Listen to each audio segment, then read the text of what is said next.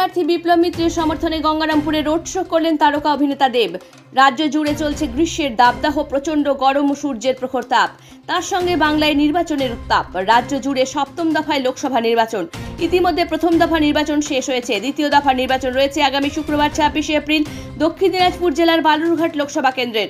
বালুরঘাট 6 নম্বর লোকসভা কেন্দ্রে তৃণমূল প্রার্থী হয়েছেন রাজ্য ক্রেতা সুরক্ষা দপ্তরের মন্ত্রী তথা জেলার ভূমিপুত্র বিপ্লব মিত্র। অন্যদিকে বিজেপির প্রার্থী হয়েছেন রাজ্য বিজেপির সভাপতি ডক্টর সুকান্ত মজুমদার।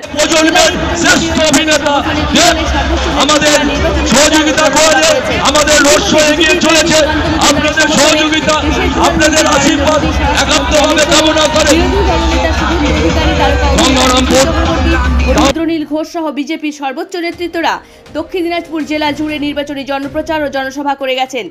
অন্যদিকে তৃণমূল প্রার্থী বিপ্লব মিত্রের সমর্থনে ইতিমধ্যে দক্ষিণ দিনাজপুর জেলার বিভিন্ন প্রান্তে রাজ্য তৃণমূল কংগ্রেসের সুপ্রিমো তথা মুখ্যমন্ত্রী মমতা ব্যানার্জি, তৃণমূল কংগ্রেসের second in command Abhishek Banerjee, শিক্ষামন্ত্রী ব্রাত্য বসু, বাবুল সুপ্রিয় সহ অন্যান্যরা জনসভা করে গেছেন।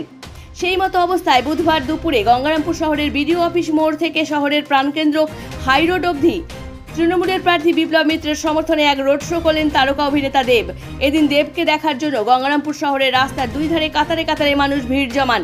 এদিন দেবের এই রোড শোতে 8 থেকে 80 সকলের ভিড় ছিল লক্ষণীয়। অন্যদিকে প্রার্থী বিপ্লব মিত্রের সমর্থনে অভিনেতা দেবের এই রোড শো জনপ্লাবনে পরিণত হয়। অভিনেতা তৃণমূল প্রার্থী বিপ্লব মিত্রকে আগামী 26 এপ্রিল জোড়াফুল চিহ্নে ভোট দেওয়ার আহ্বান জানান। পাশাপাশি এই দিন অভিনেতা দেব গঙ্গারামপুর শহরের রাস্তার দুই ধারে থাকা প্রচুর মানুষদের উদ্দেশ্যে হাত নাড়েন এবং কুশল বিনিময় করেন। আজকে কি বিষয় আপনি প্রেস মিট ডেকেছেন? বলছে আজকে কি বিষয় প্রেস মিট ডেকেছেন? আজকে কি বিষয় প্রেস মিট ডেকেছেন? প্রেস মিট ডাকার ছিল মানে এই যে বিজেপি যেভাবে আমার জিনিসগুলোকে যেভাবে মানে ওদের আইটি সেলের যে হেড সে যেভাবে বললো, আমার মনে হলো কি আমি সুকান্তকে লাস্টে রাত্রবেলা লিখে উঠি, সবাই সামনে লিখেছি কি আমার মনে হয় যারা বাংলার বাইরে বিজেপি যারা নেতারা আছে তারা হয়তো বাংলা বুঝতে অসুবিধা হচ্ছে, তো তাদেরকে একটু বাংলা ভাষাটা বোঝাও। আমার মনে হয় আমার সৌজন্যতা আমার দুর্বলতা নয়, আমার সৌজন্যতা হচ্ছে কি আমি একমাত্র লিডার যে আমার মঞ্চ থেকে বিরোধী দলকেও শুভেচ্ছা জানাতে পারি। এই চ্যালেঞ্জটা আমি তাকেও ছুঁড়ে রাখলাম। উনি তো ডেফিনেটলি ঘাটালে আসবেন, একবার এই সাহসটা করে দেখান। বিজেপির কোনো স্টেজ থেকে একজন টিএমসির কোনো নেতাকে কোনো প্রার্থীকে একটা বলে দেখান তার দলকে অ্যালাউ করবে না, সে কি বলতে পারবে? এটাও রইল।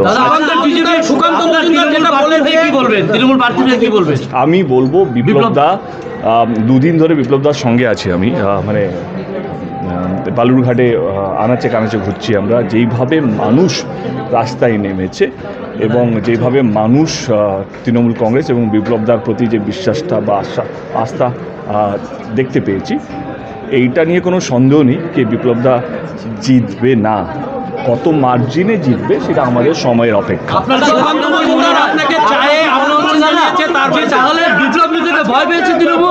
যার কারণে আপনারা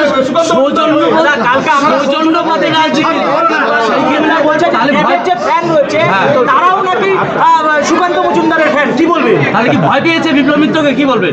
দেখো আমার মনে হয় কি, দেখো যে কোনো লাস্ট দুদিনে যদি একটা প্রার্থীর প্রচারে এত ভিড় দেখলে যে কোনো বিরোধী দলের একটু মাথাতে একটু যাই হোক একটু করে, তো কালকে আমার মনে হচ্ছে সেটাই হয়েছে। হয়তো বিজেপির লোকাল যারা আছেন বা আপনাদের বালুরঘাটে যারা আছেন তাদের একটু ডেফিনেটলি একটা হয়েছে।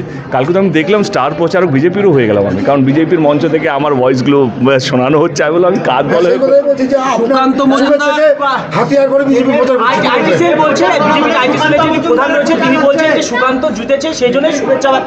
আমি আইটি সেলকে যা জব আমি দিয়ে দিয়েছি। আমার মনে হয় তার বাংলাটা বুঝতে অসুবিধা হচ্ছে। তোমরা তো ভালো বাংলা বোঝো, তাকে একটু বাংলাটা শিখিয়ে। সুকান্ত মজুমদার আপনাকে চায়ে আমন্ত্রণ জানিয়েছে তার বাড়িতে? অফকোর্স বিপ্লবদা যখন জিতবে বিপ্লবদা ডাকবে তো আমাকে, নিশ্চয়ই বিপ্লবদা যখন ডাকবে জেতার পর তখন ডেফিনেটলি আমি কথা দিচ্ছি বিপ্লবদার বাড়ি প্রথম যাব না, যাবো সুকান্তদার বাড়িতে চাটা খাবো, তারপরে লাঞ্চটা আমি বিপ্লবদার বাড়িতে করবো।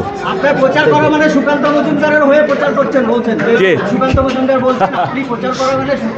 আমি জানি রাজনীতি এমন একটা জায়গায় চলে গেছে, একটা মঞ্চ থেকে অন্য কোনো প্রার্থীকে ভালো বলা, আমি বলছি রাজনীতি এমন একটা খারাপ জায়গায় চলে গেছে, একটা মঞ্চ থেকে বিরোধী দলের নেতাকে যদি ভালো বলা হয় সেটাকে তারা যদি অস্ত্র করে নেয়, হাতিয়ার করে নেয়, তাদের এটা শিক্ষার ভুল। আমার মনে হয় কি এইটাই হওয়া উচিত। কেনই বা হবে না? আমরা কি যুদ্ধ লড়ছি? একটা মানুষকে আমি চিনি, আজকে তোমরাও তো অন্য অন্য চ্যানেলে কাজ করো, তোমরা যখন চ্যানেলের বাইরে তোমরা কি কথা বলতে পারো না?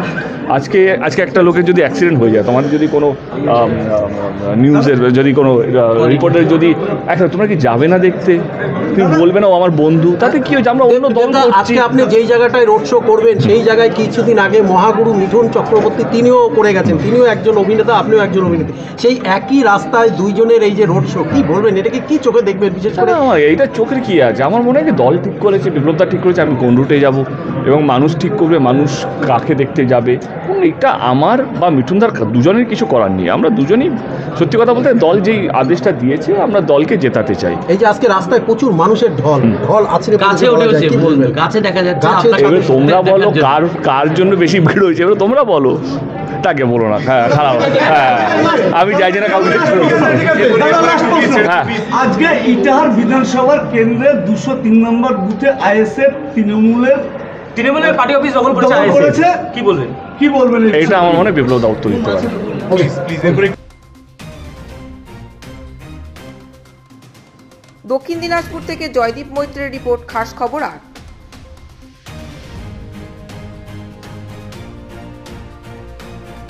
এখন আপনিও রিপোর্টার, আপনার এলাকার যে কোনো খবর পাঠান এই নম্বরগুলোতে।